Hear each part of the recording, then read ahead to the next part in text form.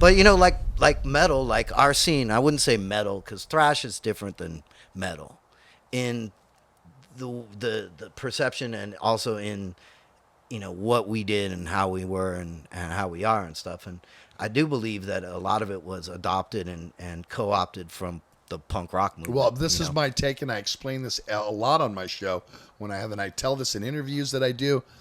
To me, thrash metal is the derivative of the intricacies of new wave of British heavy metal and Absolutely. hard rock, and it has the fierce rawness and ferocity that punk rock had. I would say that is a very accurate description. Like this and put it together as we were cooking this up, and that's what it was. Because I loved Iron Maiden, I loved Saxon, I loved Tigers of Pantang, I loved Judas Priest, I loved Def Leppard, I loved all that. And let's not forget Thin Lizzy, the best of all of those bands. Thin Lizzy, I listened to all that stuff, but I also listened to Exploited and GBH and Discharge and The Clash and Sex Pistols and Dead Kennedys and like all the bands we've been talking about, so to me. But I do think Discharge, since you touched on that one, is one of the first like real crossover, like when you take punk rock and Motorhead and you mix it together, it's kind of like Discharge. I believe and so. I think like that was something I feel that actually was... Cal changed his vocal style from the first record to the second record, the singer. I thought that he changed his vocal to sound more metal, but it was still punk. It was still oi as hell. But that shit was like all I wanted to listen to was that and Minor Threat and I agree. Merciful Fate. I love but exactly. And Metallica's first record and Bonded by Blood. Bonded by Blood, exactly. All that great stuff. So, what was the ending? How did that go? Like all the rest of us, there was a point where we went. Oh, we went from first record to end of band? Yes. Yeah. Okay. Well, you get to explain that. They want to know because we only got good news for them coming up, but we get to talk about that. Well, where did it all begin? I think the last tour we did with Prong and COC and what year was this, Scotty? It was probably like 92, I want to say. Uh-huh. And I think it was a Christmas tour, and I think it was for Black Death Vodka. And I have vague memories because there was this fellow over in Holland who's, I won't name names, but he's actually passed on, remember. I know who you're talking about. And he introduced us to this fellow, Rob, that I don't know if you have familiarity with the early Dynamo festivals. And of course I do. Rob. We played Dynamo in 88. Yeah, I think we played the first time in 89 when I painted myself blue. Yeah. But you remember the little hockey pucks that I'm talking about. Oh, yeah. So he gave us each 100 hockey pucks for the first day of our tour. And by like the second week, we'd gone through all of ours and we were back for more. And so that was probably the beginning of the end there. Face. Yeah. Now we all were like loving and happy, but then when we got back, it was weird, and we were writing some kind of whack music, and we were supposed to be doing another record. We just did an EP, and then we were supposed to be going into making a record, and the shit was just whack, and the songs just weren't good, and I wasn't feeling it. No one was feeling it. So everybody's big idea was like, well, the reason why we're writing shitty tunes is because of the singer. Let's get rid of the singer, and we'll be able to go forward and be huge rock stars, and everything will be great because the singer's causing us all the problem. So it was kind of like, okay, we're going to look for somebody else, dude. It's been great, whatever. I'm like, all right, well, I was kind of ready at the time. This is in 92. Yeah, like 92, early 93, something like 93. That. But the music industry was changing big at that time. That 93, we lost our deal with Capitol. Metal was just dropping. They took Headbangers Ball off the air. Right. There was a lot of things going on in our industry at that time. There was, there was a lot of support, even from people that weren't from the Bay Area. People felt the vibe and listened to the music and wanted to have that, which was, a lot like the punk rock scene where it was in every town and everybody shared and everybody, so you met someone in line and you hadn't taken a shower and they're like, hey, why don't you come back to my place and take a shower?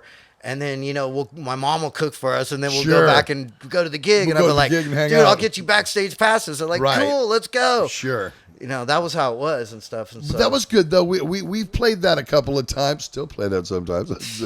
I mean, shit, on the 2015 tour, we crashed over at a couple of... Hey, there's nothing wrong with that. Some of our friends have got nice places, so they're older now. They've gotten into careers. Yeah, and I guess for a traveling friend of mine from bands, I have some space at my crib, too. Hey, that's awesome. So now you stayed how long?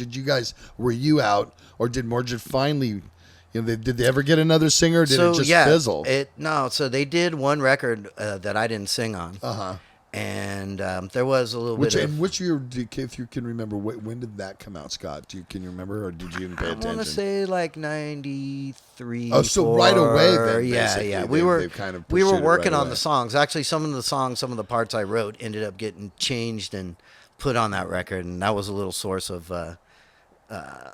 let's say unhappiness. So they kept your vocal phrasing but changed your words? Or they I have took a couple songs stories like that myself. So it was, just stuff like that. I mean, changing vocals but keeping shit the same, and I don't know. Sure.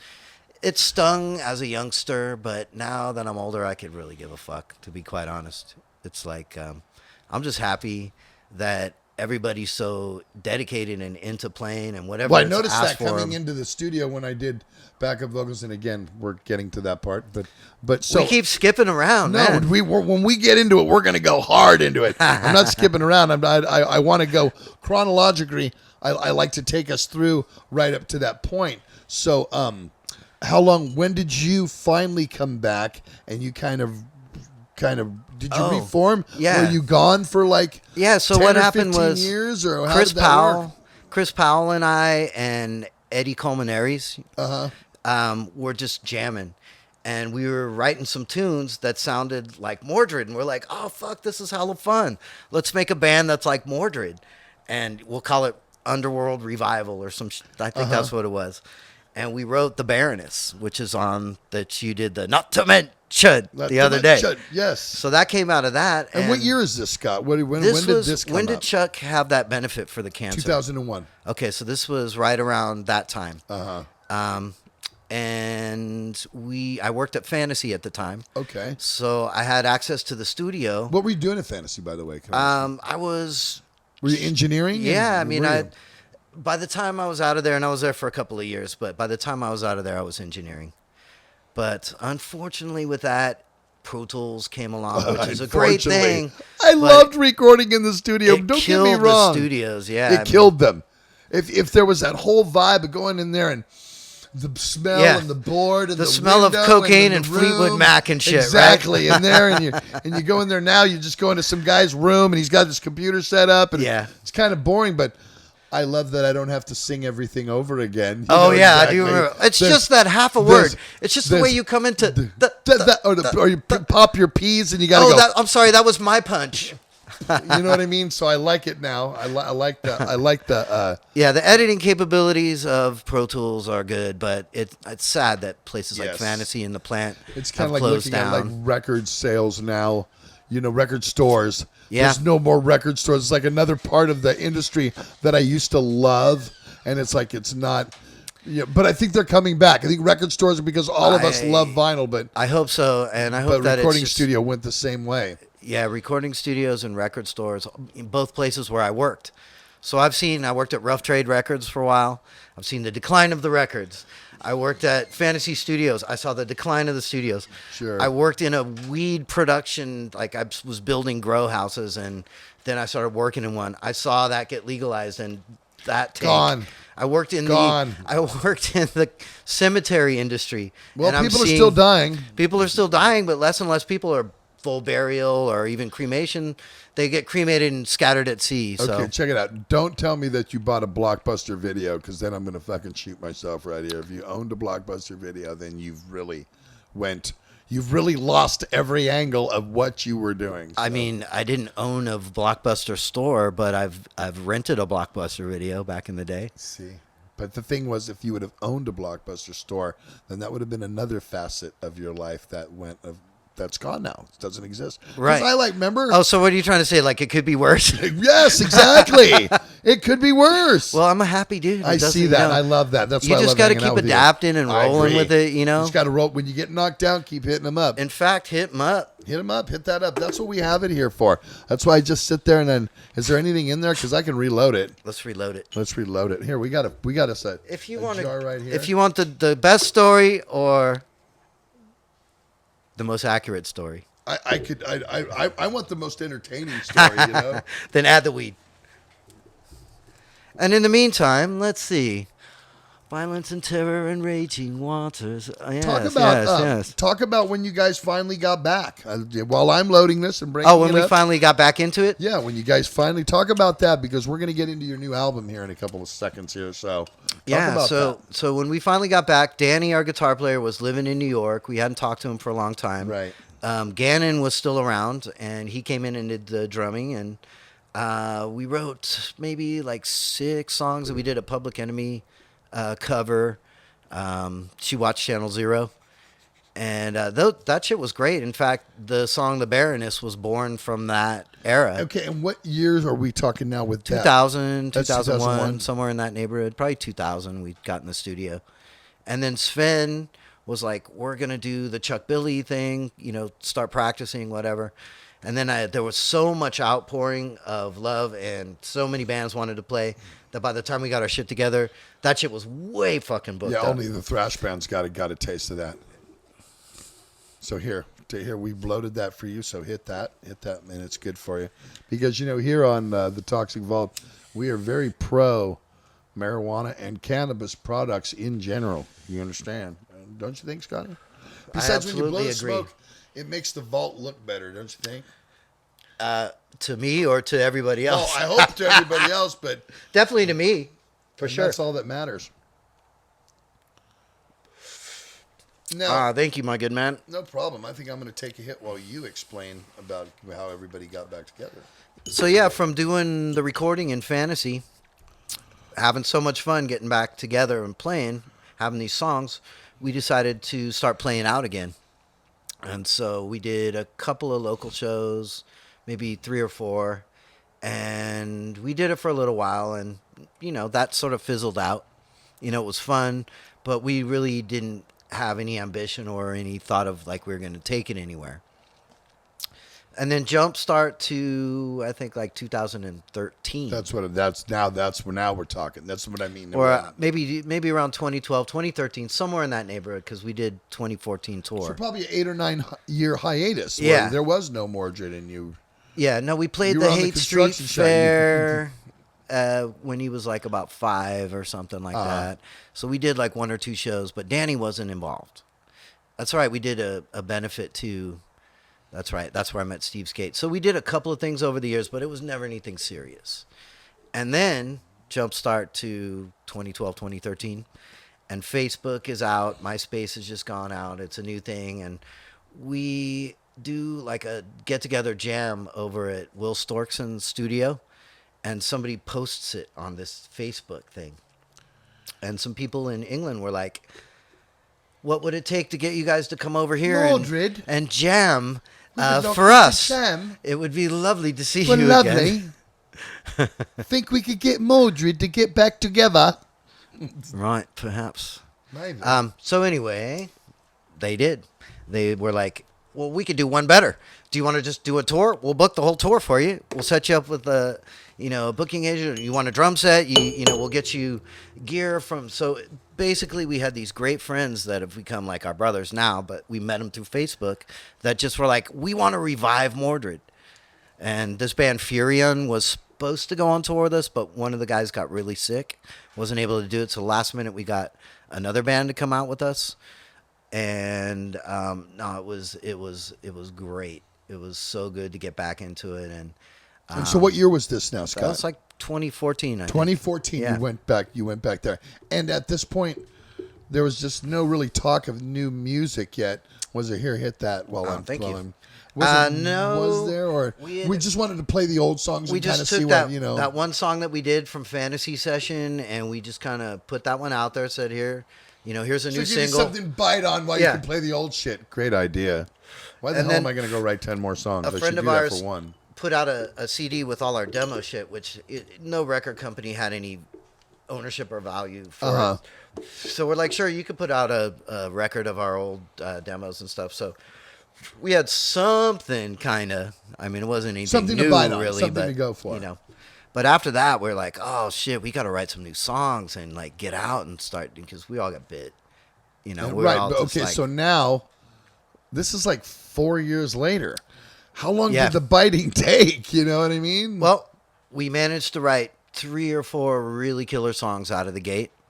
And then we got into that sophomore slump kind of vibe where everything you write, you think is good. You spend so much time on it. And then you listen back and you have to admit at some point that it's terrible.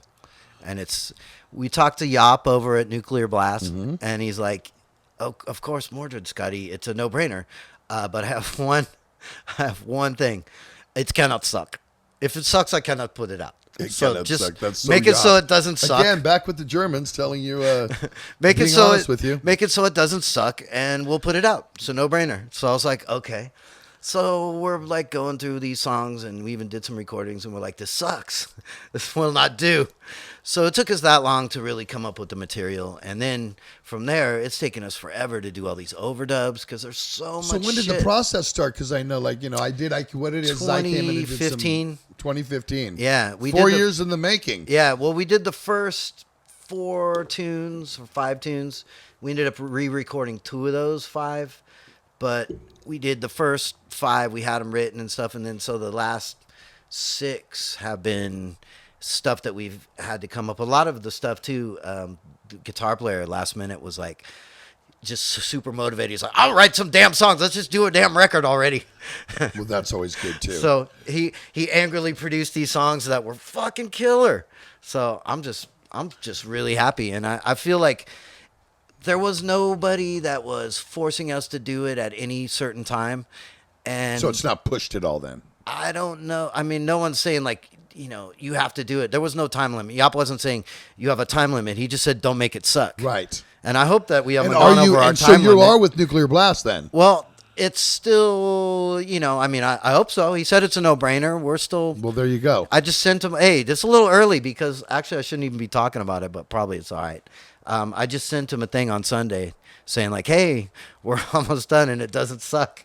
Awesome. What's the next There's step? nothing wrong with that. They support the show as yeah, well. Yeah. I mean, I'm Exodus whether, Nuclear Blast. Whether we end up on Nuclear Blast or not, and the hope is that we do, because like all the homies are on that label. I mean, why would I want to go anywhere else? Too.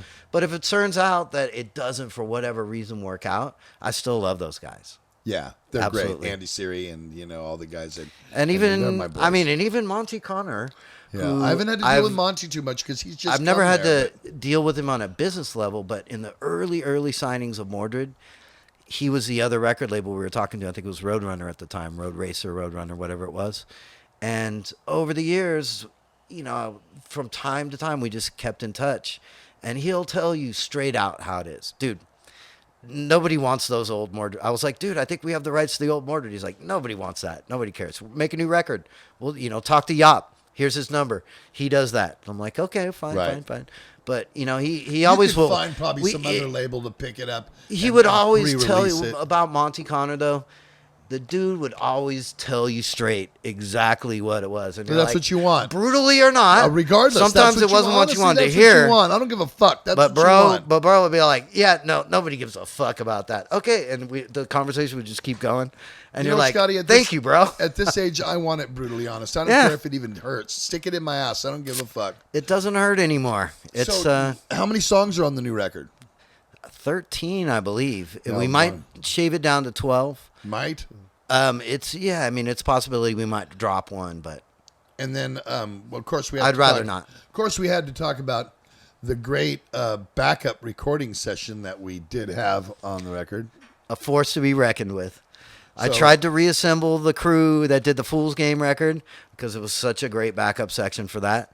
So I did manage to pull together the finest of the finest of the Bay Area metal dudes. In there, man. I sure did. And I got a little tiny video that I don't know if you want to like patch it in, I'll send it to you. Yeah, we can patch it in. We can put it in. Yeah, just look at this. Yeah, he's got some stuff for me. We'll take a look at this real quick. So.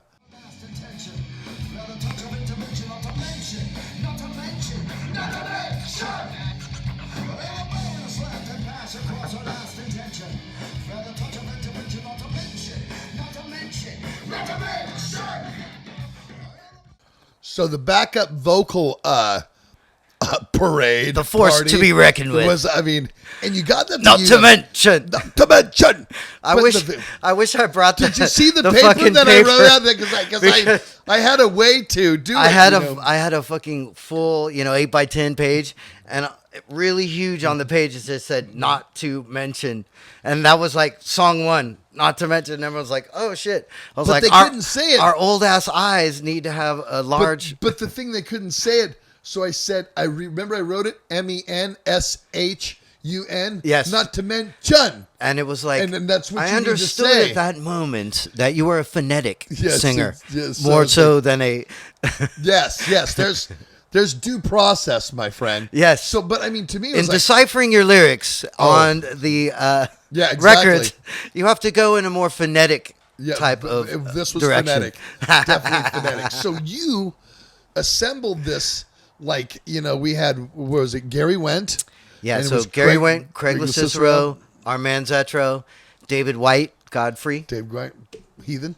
Yes, and Nikki Black. Yeah, and Andy Gallion. And, oh, shit, why did I not say that? How dare you, Andy Gallion. He's like the character of the bunch. Oh, he was so funny. Cracking the jokes. He was so funny. I love that guy. And it was everybody loves Andy, really. It was a great time. That great day, that we took. It took probably about 2 or 3 hours to do. Yeah, we were all there for a few. Maybe a minute more I had than a couple of separate parts that I got to do. Yeah, got to do. There were some moments. Not just backup parts. Zetro got to sing parts on that. That's it. So. That's it. I needed it. He's like, "Do you want the Zetro voice or just a regular voice?" I'm like, "The fucking Zetro voice all the way." What's funny was because when I'm doing it, I'd see you guys behind there, and when I'm singing the part, I say, lighting up like I nailed it or something, and I'm like, I did it like. You want this? Okay, I go ahead. And I went out and I go, like that. And then I came back. That's what we want. That's evil. That's what we want. It's like, yes. I do evil. The most evil way possible. No problem. So, release date, or we need to secure the label? Or we? Well, I just on Sunday sent the first sort of like reaching out to the label because we didn't want to jump the gun before we had all the parts recorded. And now we're down to punch list stuff. There's like one guitar solo. Maybe a little bit of DJ stuff and some background vocals. Album cover yet? Packaging anything yet? No, we don't have any of that stuff yet. So realistically, 2020 probably? I'm thinking more like we'll have it all together, packaging and mixed and everything by the end of summer. Yeah. But if you don't have a label, they may not want to do a marketing campaign so fast. They may need some time. Well, and Nuclear Blast is famous for that. They want to market it. They could push off the release date or whatever. Right. I mean, I don't care about that because realistically, we wouldn't be getting to go anywhere till next summer. Probably, I would think, But I mean, that would be, if you were Nuclear Blast and that record, next summer would be Summer Festival City. Yeah, for sure. So they'd probably want to get it out like February, March to give it a little time to creep around. Maybe have us go over and do a couple of shows, maybe with Exodus or Death Angel. Just go over there. They are very good about packaging their own products together. Yeah. We did a tour a few years ago with a band that's on the label that wasn't a big band called Lost Society, and they, it was a Nuclear Blast, kind of thing. So, dude, I just remembered. Do you remember when we played New Year's Eve in Tijuana? Yes. And Paz had the blender on stage at Iguanas. Yes. And we're like, I don't know what the fuck we're thinking, but we're like blending like mixed drinks on stage and like. That was like 1990, wasn't it? Yeah, something like that. It was 90 to 91. I remember. Wasn't that a cool club? It was sick. So this place, just a little backstory. Like you walk in. And it's like 3 levels. Thunderdome. All of concrete, though. Thunderdome. It's like, smooth concrete, real smooth. And cyclone vents. Yeah. And so you couldn't fuck anything up in this place. And on the outside, along the wall, it's all broken glass. So people don't try and sneak in. It's just like a place. Like it was a masonry block club, but a nice club. It wasn't a it was great. We played there with DRI. It was a good place. Great place to play. A couple times. But it was New Year's Eve or something. No, it was New Year's Eve. Yeah. I remember it. So we're the opening band. Impact is imminent. We're the opening band, so of course it's not going to be midnight when we're playing, right? No. But 2 times in our set, we're like, "All right, everybody, 5, 4, 3," and it went off actually both times. Yeah, that place was wild. Nobody had a watch or a phone back in those days. No, there was no phone to watch. It was still lighters. That's right. I remember those days. Lighters lighting it up. I miss the days before cell phones. We all do. We all come back to that. So, hey, man, thank you for coming in and doing the vault. I can have you back in again when the record starts to come out. We'll do a whole release on that one. That'd be great. I appreciate it. Yeah, absolutely. And then I'm going to bug Danny and Jim and everybody else to get their ass in here because I want, it's interesting for everybody who watches this. They really love the old school stories and the people that made it happen. And you guys were definitely a big part of it. You guys leave me all of your comments and sign up for my channel. And again, Scotty, you the man. Zetro, thank you for having me. I'll have you anytime. You're and thank you for having us in your living room or on your phone or wherever. Yeah, in your living room. That's where we want it. Other than that, I'll see you guys real soon. Horns up.